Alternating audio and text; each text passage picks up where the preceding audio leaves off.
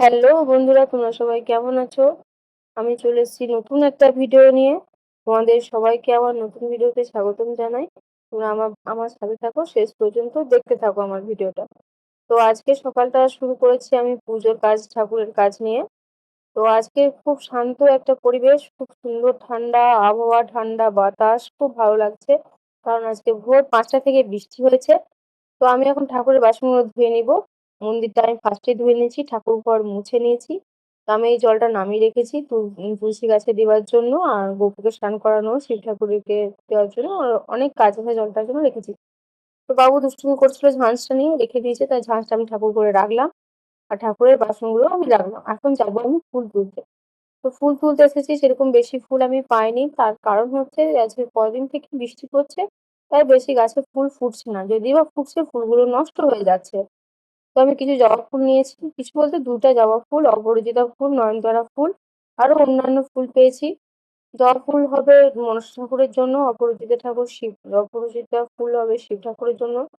তুলসী পাতা, বেলপাতা সব আমি তুলে নেব।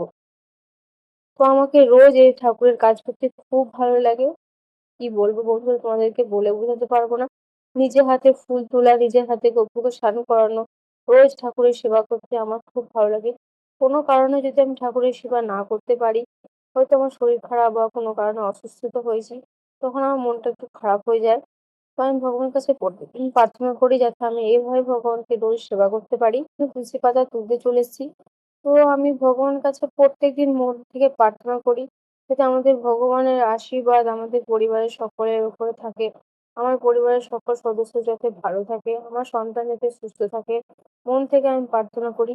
তো তারপর আমি চলে এসেছি হরি মন্দিরে পুজো করতে। হরি মন্দিরে পুজো করার পর তুলসী দেবীকে জল দেওয়ার পর আমি চলে যাব আমাদের প্রিয় সোনা গোপালের কাছে। প্রিয় সোনা গোপালকে আমি স্নান করাবো। তারপরে আমাদের বাড়িতে শিবলিঙ্গ আছে। সেই শিবলিঙ্গটাকে ভালো করে পরিষ্কার করে আমি হচ্ছে ঠাকুরকে জল দিব। দেখো আমি এখন প্রার্থনা করতে বসে গেছি। তো আজকে তোমাদেরকে বলছিলাম যে অনেক দেরি হয়েছে। দেরি বলতে ১০টা বেজে গেছে আজকে। অন্যদিন আমি ৭:৩০ ৭টার মধ্যে পুজো কমপ্লিট করে নিই। তো কি করবো, ছোট বাচ্চা আছে, সকাল থেকে যদি ওরকম বৃষ্টি পড়ে, বৃষ্টিতে তো স্নান করে ভিজে ভিজে তো এসব করা যাবে না। এমনিতেও বাচ্চার ঠান্ডা লেগেছে, তারপরে আমার ঠান্ডা লেগে গেলে কি হবে। তো আমি বলতে বলতে দেখো আমার গপুকে স্নান করানোর টাইম হয়েছে, আমি স্নান করাবো। স্নান করানোর পর আমি তোমাদেরকে গপুকে আমি দেখাবো। তারপর তোমরা কমেন্ট করে জানাবে আমার গপুকে কেমন দেখাচ্ছে।